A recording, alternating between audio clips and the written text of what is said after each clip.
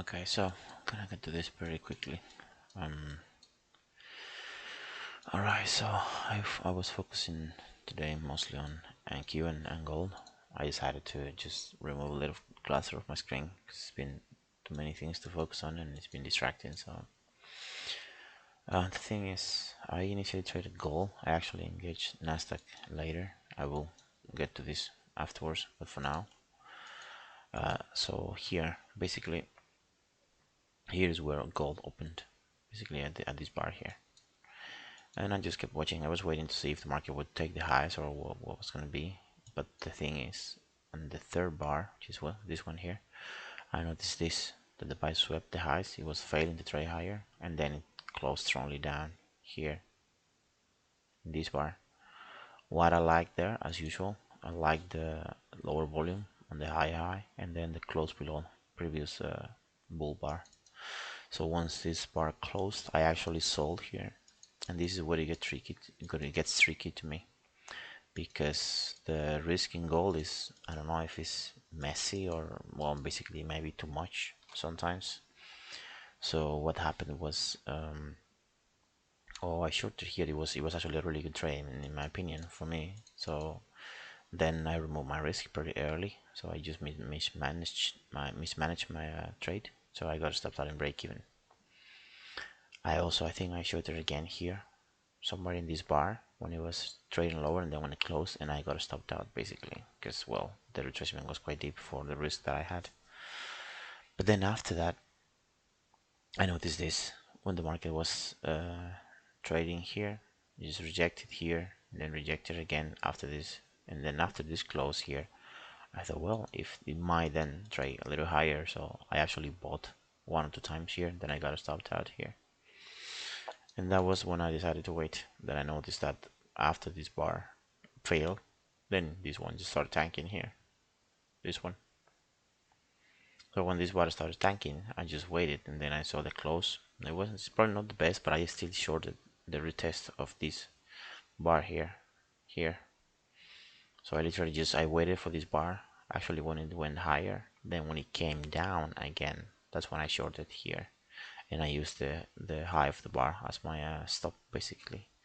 The market, well, started tanking, and I remember at some point, like, it was quite tight actually here. I actually went break even when the market was around here in this bar here, and then it just came all the way up. Well, I could have gotten stopped out, but I didn't. So then the market basically tanked in that same bar, closing strongly down here nearby this low, and then the next bar just actually traded lower and basically just hit the initial target that I had, which was basically this swing low here. But yeah, well, it played out. I don't know if it was the best trade. I think I still believe this was the best trade I actually took, not because it traded lower, but because how it played out, and literally also how I waited for the setup to form, and then I just literally entered right away. So I think that was great. And anyway, after that, well, at some point I think like minus 700 or something. So it was really, really messy, kind of. And then this actual trade here, it was like plus 600 or something like that. So I can actually check that here. I think it's this one here. If I just, well, you can see it here. I took a bunch of losses, some break-even trades, then some bad loss here, 170, then 100 here, 180 here. So all three losses were quite big. And so then I took some small losses. This one was an NQ. I'm gonna get to this later. And this was my last trade on goal. It was plus 636, which is actually pretty good, but still, what I'm getting to with saying that is because I have the feeling that I am trading sometimes my P&L, and that is bad because that means I'm not trading my process, and that is a bad thing. I know I noticed that has happened to me a couple of times, but no, of course not always happens. And I also noticed that when it does not happen, then I'm trading really good, meaning that I'm trading my process entirely. So that's a good thing. For example, like I did on NQ, but I will come to this soon. But anyway, I literally, after the price tagged my target in this case, I was just out of gold, and I just let it be for the day. I didn't want to target any further, so I thought that for me this actually make a lot of sense to take all these lows here. So that's exactly where my trade was finished. And then on Nasdaq, basically I noticed one thing. I'm gonna actually just go full screen on this because it's easy to explain.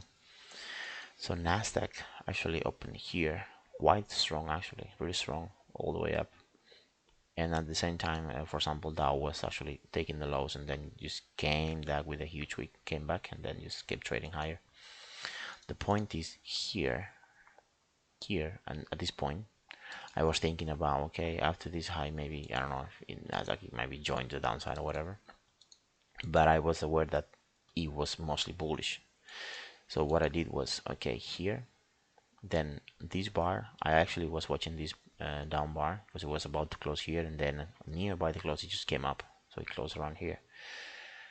I still shorted when this bar here, when it went up, it quickly rejected, because of course now it's easy because this is played out, but the thing is it quickly rejected and it traded lower. So I actually short somewhere here, like actually somewhere here when it started trading lower.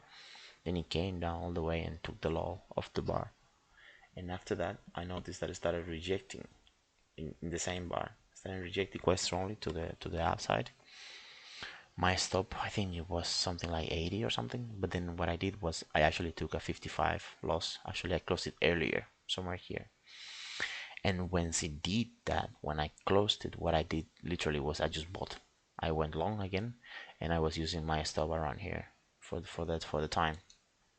Then somewhere here, I think it was like around 200 plus at that point. I actually went break even, and the thing is, I think this was a good adaptation to Nasdaq. I just took the trade and I just literally let it be for a while. I let it breathe, and then when I had some decent profits, I just removed it basically, because at this point I am understanding that it makes no sense for me to take a loss after a winning trade basically. So I just decided to stay risk free for now. What I'm going for on Nasdaq is basically this previous day inside bar high. If it wants to get there, I don't know if it will get there today. It could still like come back down and stop me or whatever, but so far I think it's a logical target to go for. So that's actually what I'm doing.